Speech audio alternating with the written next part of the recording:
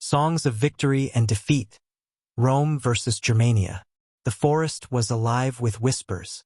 Not just the rustling of leaves in the wind or the chirping of unseen birds, but something deeper, something ancient. For centuries, the tribes of Germania sang their songs of defiance, their rhythms a blend of triumph and mourning. Rome, too, had its songs, hymns to its invincibility and the glory of its legions. Yet, in the shadow of the Teutoburg forest, the melodies of victory and defeat merged into one haunting refrain, forever marking the clash of two worlds. Prologue echoes in the woods. The bard's voice trembled as he plucked the strings of his lyre. Around him, the villagers of the Cherusei sat, their faces lit by the firelight. His song recounted the battle that forever changed the course of history, the Great Ambush of 9 CE, where the mighty legions of Rome were swallowed by the forest and their blood nourished the earth. Arminius, the wolf of the woods, the bard sang, led his kin to freedom. But freedom is heavy, and victory is fleeting. Edda, the tribe's seer, listened silently. Her clouded eyes, long blind, gazed into visions others could not see. She knew that the story was far from over. Chapter 1. The March into Shadow. The Roman legions marched like a serpent through the forest, their armor gleaming even in the dim light filtering through the canopy. Governor Varus, mounted on a fine horse, led the column. Beside him rode Marcus Quintilius, a young officer whose heart burned with ambition.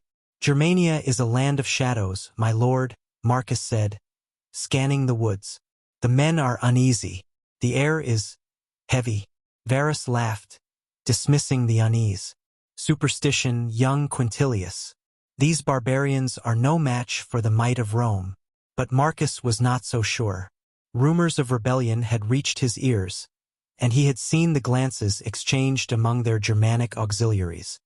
He had even overheard hushed conversations between Arminius and his tribesmen. Arminius, who rode at the rear of the column, felt the weight of his decision. Trained as a Roman, he had fought alongside these men. Yet his blood called him to betray them. He had promised the tribe's unity, swearing on the sacred oaths of his ancestors. Tonight, he would give the signal, and the songs of Rome would turn to cries of despair. Chapter 2.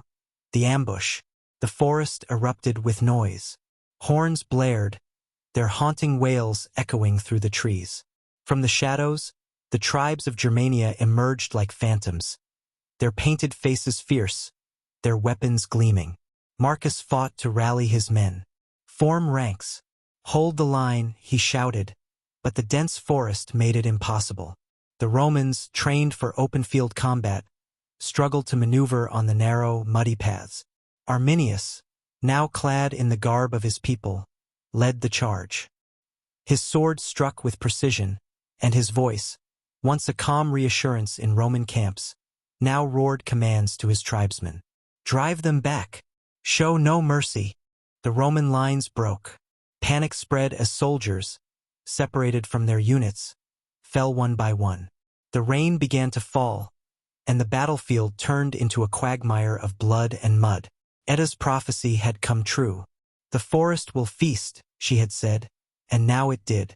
Chapter 3. Songs of Defeat. Marcus survived the ambush by sheer luck. Wounded and separated from his men, he crawled through the underbrush until he found a small clearing. There he encountered Arminius. You should have killed me when you had the chance, Marcus said, clutching his side. Arminius hesitated. I spared you because you are not like Varus. But do not mistake my mercy for weakness. Mercy?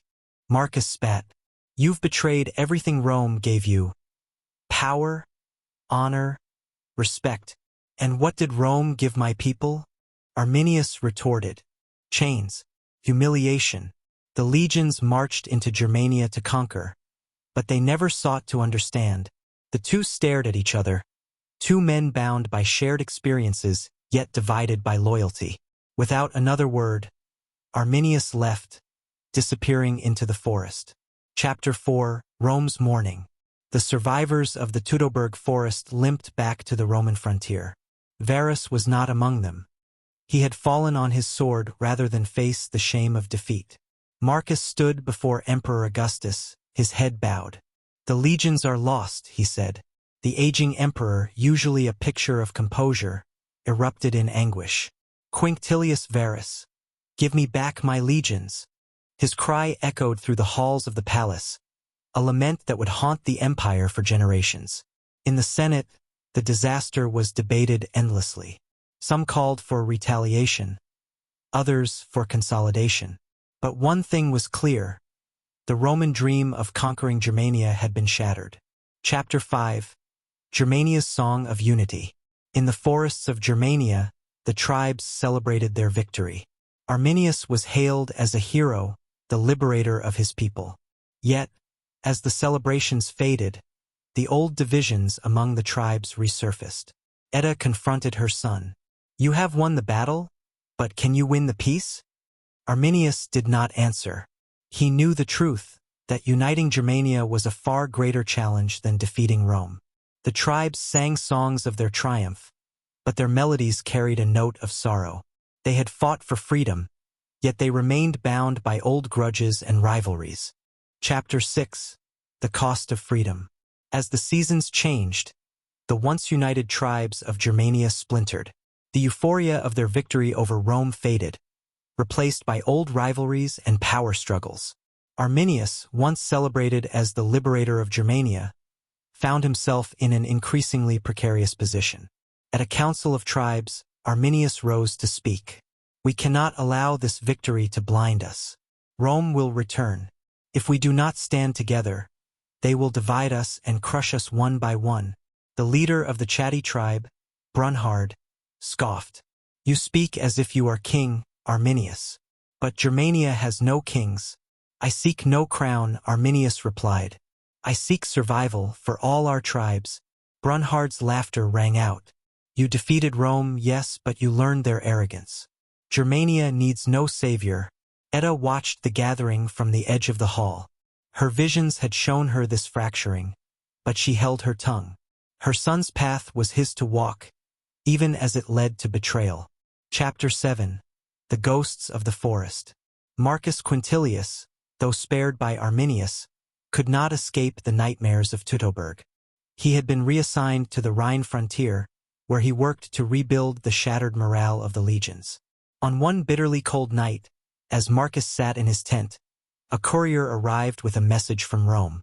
Emperor Tiberius, Augustus' successor, was preparing for a retaliatory campaign. Marcus was to join General Germanicus, tasked with reclaiming Roman honor and avenging the fallen legions.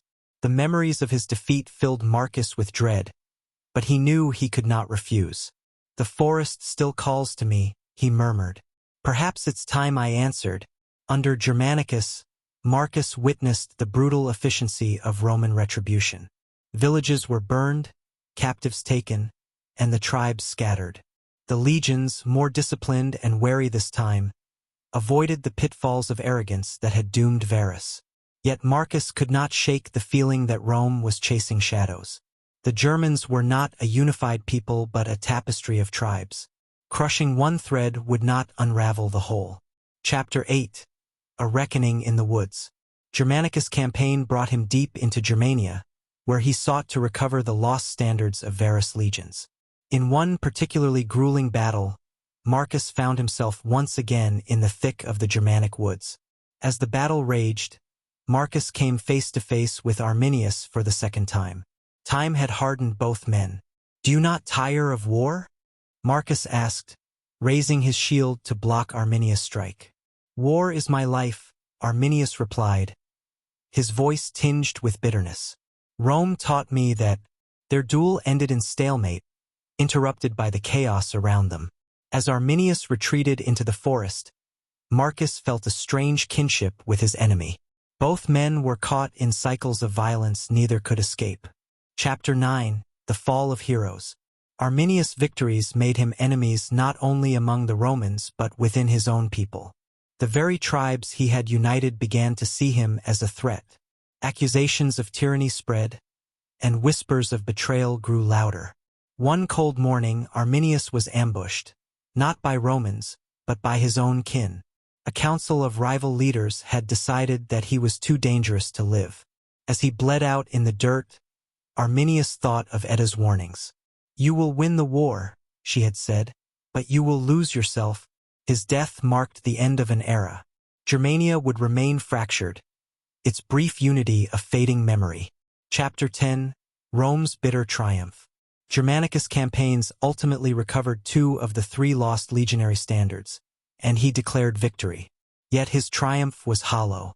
Germania remained unconquered, its tribes retreating into the forests where no army could follow. Marcus, now a seasoned veteran, returned to Rome a changed man. He had seen the limits of Roman power and the cost of imperial ambition. At his villa outside the city he wrote, "Victory and defeat are but 2 faces of the same coin. In the forests of Germania, I learned that no empire is eternal, no ambition without consequence." His words, though humble, would later inspire scholars who sought to understand the fragile balance of power and the human cost of conquest. Epilogue: Songs that endure. In Germania, the bards continued to sing of Arminius, their songs blending sorrow and pride. "He was the wolf who defied the eagle," they sang, "but the pack tore him apart." In Rome, poets immortalized the tragedy of the Teutoburg forest and the heroism of those who fought to reclaim the empire's honor.